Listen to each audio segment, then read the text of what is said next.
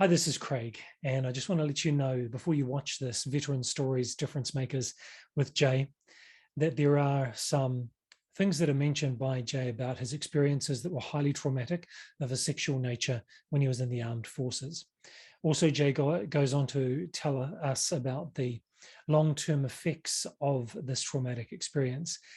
And then he tells us and shares with us his incredibly encouraging and inspiring and admirable discovery of how art and the skills and the ability to process that he found through doing art has helped him to deal with these traumatic experiences of the past.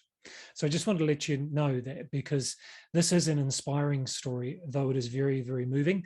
And I felt myself quite moved by listening to Jay's story. And I had to pause at the end of it and spend some time talking with him after the interview, just so that we could have some catharsis together, because it was a very powerful topic that he shared. Also, I did want to warn you that if you have had experiences in the past, sexual victimization, or maybe you have been abused in the past sexually, and you're still grappling with and struggling with and processing that, maybe this is not a veteran story that you watch right now, and maybe it's something that you watch later. If you are up for watching this, it's inspiring how Jay has worked through the pain, worked through the challenges, and continues to work through it so he can make a difference in the lives of other veterans and other people who have been through similar sorts of experiences.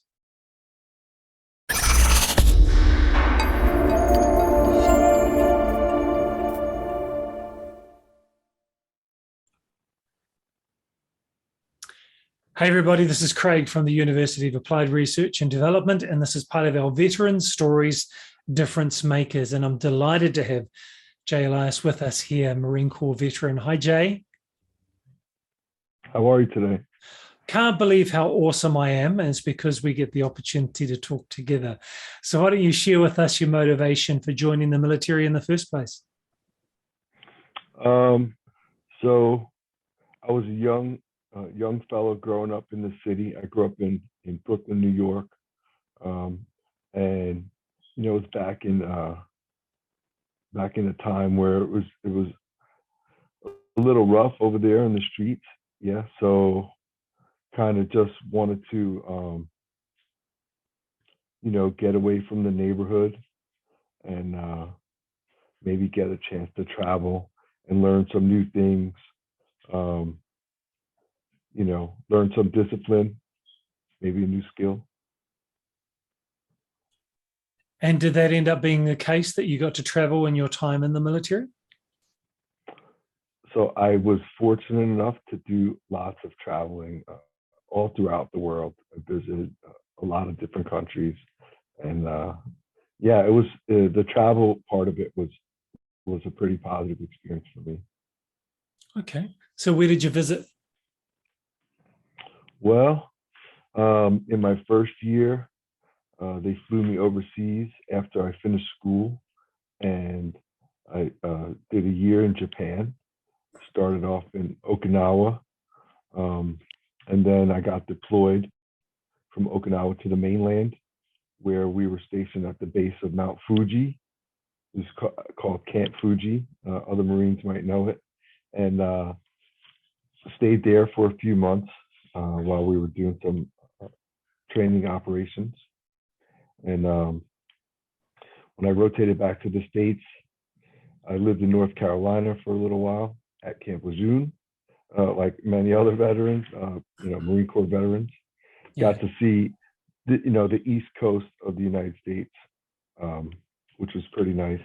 And then from there, we deployed to Western Africa, right, to participate in Operation Sharp Edge, which was a humanitarian effort to liberate some U.S. Citizens and foreign dignitaries from Liberia, which was undergoing a civil war at that time. So we just evacuated civilians and political types, and then there, of course, you get all the liberty stops when you're on board ship. So we got to visit the Canary Islands, and we went up to Spain, and that's when the Gulf War kicked off. So we entered the Mediterranean, um, and we got our stay extended at sea by about 6 months while all that was taking place. So we got to see a lot of the Mediterranean, which was really interesting. Spain, Italy, France, um, Turkey. We were all over Portugal. It was a very interesting time. So during that time, that was at the end of the 1980s to the start of 1991. Is that correct? Yes, sir. Okay. So you were in the Marines for 4 years? I was. Okay. And so that time when you were in Africa and doing that liberation, that operation, and then deployed again into the Gulf War, are there some experiences there that have really impacted you or stayed with you after you left the military? Yeah. So I experienced what a lot of people aren't familiar with is military sexual trauma. Um, a lot of people don't understand that it happens to men as well. So I was violently sexually assaulted, and a really toxic chain of command and fear of retribution, perhaps, prevented me from really reporting it or speaking out about it. You got to understand that back then it was a very different time, climate as well. Um, Sexual assault wasn't really spoken of much back then, men against men or women. So it was a difficult period for me. I was a young man, still in the process of forming my personal and social identity. So it was a difficult thing for me to process. And upon my release, I had a hard time reintegrating back into civilian life. Yeah, I can imagine. And this was for the jury. Was it a repeated um, assault during the time you were in the military, or was it on one particular deployment? It was while I was deployed on ship. It was a single incident, and it kind of affected me a little deeper than I really gave it credit for. When I got out, I was really struggling with a lot of emotional stuff, and kind of turned to drugs and alcohol in an attempt to just medicate myself, or to just really run away from what I was feeling. And I was hyper reactive, just not really capable of making rational decisions at that time. So I wound up getting in a lot of trouble, and going to prison for a really long time, which kind of compounded everything, because in prison I was subjected to more physical, and sexual violence and aggression, and it was pretty traumatic. Just the prison experience itself was pretty traumatic. So, but the events leading up to it kind of set the stage, I guess, for what I had to basically go through for the next decade. I was in prison for 11 years. So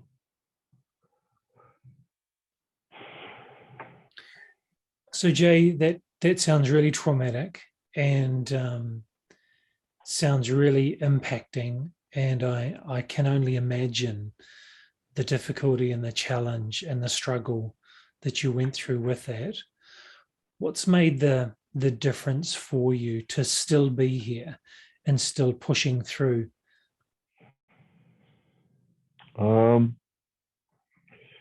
It's a lot of different things. Now that in retrospect that I look back, I'm enrolled in school now, studying psychology, hopefully get a degree eventually in art therapy.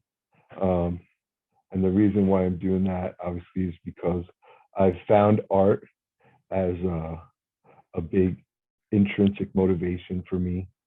Um, when I create art, it's very liberating for my soul. I get lost in the process. I could find a lot of metaphors within the studio and my art making process that directly apply to my life and my past and my future, how I approach it. There's lots of creative problem solving that goes on in the sculpture studio, which is kind of where I focused my art making. So basically found that outlet, that creative outlet, as a process for healing. And yeah, I'm kind of just trying to make it available to others. This is part of it, sharing the story, letting other people know that they're not alone, right? Because for many years I felt like I was alone. I never realized that other people go through this. So it's important for me to share it. And that's kind of why I'm where I'm at now, doing what I'm doing. So I try to give art therapy and the process of creative art making to other people. And I'm trying to break down the barriers to entry, which is why we provide this service for free. I'm in the process right now trying to figure out a way to make it self-sufficient to where it's, it can fund itself. So what we've done is created a product line that hopefully will support the workshops for veterans and first responders. So I don't know if you're familiar with what I do, but I cast metal. It's a pretty visceral and quite cathartic experience. It's very elemental. It has to do with fire and iron and aluminum and bronze, all these elemental things that we get to dip into almost the power of the universe. Really, it's amazing when you tap into the energy inside of a blast furnace, because you're basically recreating the center of the earth. So the center of the earth is molten iron. So when you create that and you make a big pot of molten iron, you really just tap into this energy that has the power to heal. I don't know how to explain it yet, kind of why I'm studying it in school. I want to figure out the process, behind it, so I could understand it a little more. And that, I think, will help me share it with others more effectively. Jay, would you say that not only is the process of doing the art that you're saying therapeutic while you're doing it, but also if I understood what you said just before, the skills that you learn are applicable to handling other situations outside of art making in your general life and dealing with the past and the present? Yeah, 100%. I'm learning new coping mechanisms in the studio, and it's just through assimilation. It's not like I'm specifically looking for that when I go into the studio, but once I notice it, I very intentionally explore it. A lot of times I'll catch myself writing these things down and then trying to contextualize it somehow to some problem that I'm experiencing in my life, because a lot of the problem solving techniques that we use in the sculpture studio are applicable if you just figure out the context and how to apply it. Jay, when we have this video out there, it'll be on YouTube and LinkedIn and other places, and I'll make sure that Evolution Art Studio the link to it is in the show notes, and I've got some graphics on the screen as well. So just below us will be the URL so people can find you. But tell us about the studio, tell us about where it is, and and the best way for people to get hold of you if they'd like to explore this. Sure. So right now I'm located in Detroit. That's our home base, Detroit, Michigan.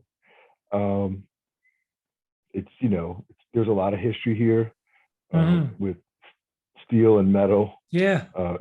in general. So it's really good to be in this industrial setting, casting metal. People can generally just contact me through the website or my email. I check emails every day. So yeah, and the workshops that we do are completely free to veterans and first responders. And then we also book like private sessions as well. So anybody has a question about that, they could just call. It's individually priced according to, the size and type of workshop you're looking for. But we take anybody from beginners with zero experience to,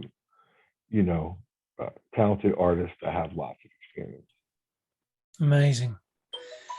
Jay, just to wrap up, for people who may have been through something similar, maybe not in the military, but maybe just as they've been through life, they've encountered a situation which is either a one-off or a longer term, and they've experienced something similar, and they're feeling that really, really dark, and they're not sure how to work through it, and they may feel like they can't get through it. What's something that you would say to them? Definitely reach out. I think the hardest thing for me to do was to reach out for help.